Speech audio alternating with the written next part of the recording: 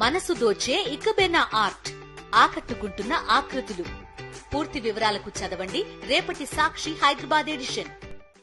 రాష్ట్రంలో social media యాక్టివిస్టుల మీద ప్రభుత్వ వేధింపులు కొనసాగుతున్నాయి. కొన్ని వందల మంది మీద కేసులు నమోదు చేశారు, అనేక మందిని అరెస్ట్ చేశారు.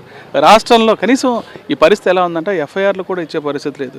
ఎక్కడ అరెస్ట్ చేస్తున్నారో, ఏ జైలుకి తీసుకెళ్తున్నారో, ఏ న్యాయస్థానానికి తీసుకెళ్తున్నారో సంబంధిత కుటుంబీకులకు కూడా చెప్పని పరిస్థితి రాష్ట్రంలో చోటు చేసుకుంది. ఎలా చూడదు?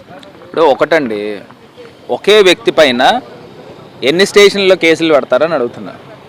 ఇప్పుడు ఆల్రెడీ మీరు ఇచ్చేదే ఇవన్నీ కూడా కక్ష సాధింపులో భాగంగా అనేది రాష్ట్ర ప్రజలందరికీ కూడా అర్థమవుతుంది. అంటే ప్రశ్నించే గొంతుని మీరు నొక్కే కార్యక్రమం చేస్తున్నారు.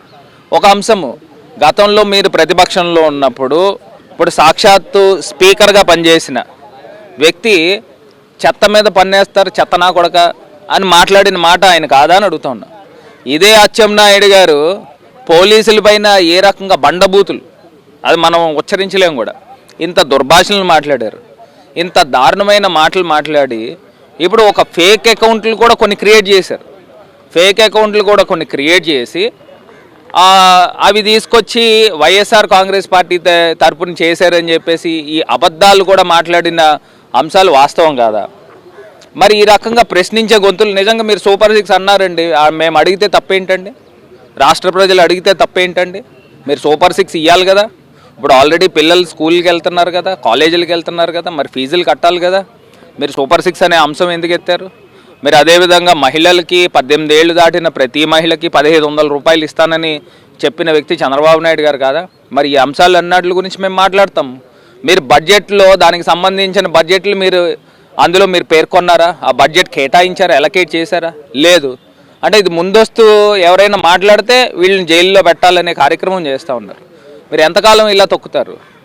ఇప్పుడు ఈ రకమైన కక్ష సాధింపు చర్యలు అనేది ఏమాత్రం శ్రేయస్కరం కాదు. ఇప్పుడు గతంలో మీరు ఏదన్నా నిజంగా వాస్తవంగా రాజ్యాంగానికి వ్యతిరేకంగా విరుద్ధంగా ఏదన్నా అంశాలు పెడితే వాళ్ళపైన కేసులు పెట్టండి. అంతేగాని ఈ రకమైన కక్ష సాధింపు ఒక వ్యక్తి పైన 15-20 పోలీస్ స్టేషన్లో కేసులు పెట్టడము. మరి రాజమండ్రిలో మొన్న అరెస్ట్ అయిన వ్యక్తి రవికిరణ్ని ఆల్రెడీ 10-12 పోలీస్ స్టేషన్లు, కోర్టు ఏమో 15 రోజులు ఎంతో రిమాండ్కి ఇస్తే మళ్ళీ పీటీ వారెంట్ మీద ఇంకో పోలీస్ స్టేషన్కి తీసుకెళ్ళి అక్కడ ఒక కేసు. అంటే ఏ రకంగా కార్యక్రమం చేస్తున్నారు ఇది ప్రజలందరికీ కూడా అర్థమవుతుంది. అంటే సోషల్ మీడియాలో పోస్ట్ పెడితే 15-20 పోలీస్ స్టేషన్ చుట్టూరు తిప్పుతూ ఆ వ్యక్తిని నెల రోజుల నుంచి ఇంత చిత్రహింసలు పెడతా ఉన్నారని అంటే ఆయన ఏమన్నా ఉగ్రవాదా? ఈ రకమైన కార్యక్రమాలు చేస్తున్నారు. ఇది ప్రజలకు అర్థమవుతా ఉంది. సో దీనికి తగిన మూల్యం కూడా చెల్లించుకుంటారు. ఇప్పుడు ఇదే రాజమండ్రిలో వైఎస్ఆర్ కాంగ్రెస్ పార్టీ వ్యక్తులు కొంతమంది అయితే సోషలిస్టులు కూడా ఉన్నారు. కొంతమంది అంటే సోషల్గా ఏమైనా అంశాలు జరిగితే వాళ్ళ పార్టీలతో కూడా సంబంధం లేదు, ఆ వ్యక్తి పైన కూడా కేసు కట్టారు. మన నాతో చెప్తా ఉన్నారు, మేము మామూలుగా ఏవైతే లోపాలు ఉంటాయో ఆ లోపాల గురించి మేము ఫేస్బుక్లో వాడుతూ ఉంటామండి, దాన్ని బేస్ చేసుకుని నా పైన 5-6 సెక్షన్లు పెట్టారని చెప్తా ఉన్నారు. మరి ఇది ఎంత అన్యాయం అని అడుగుతున్నాం. సో ఖచ్చితంగా హైకోర్టును ఆశ్రయిస్తాము, క్వాష్ పిటిషన్ వేస్తాము.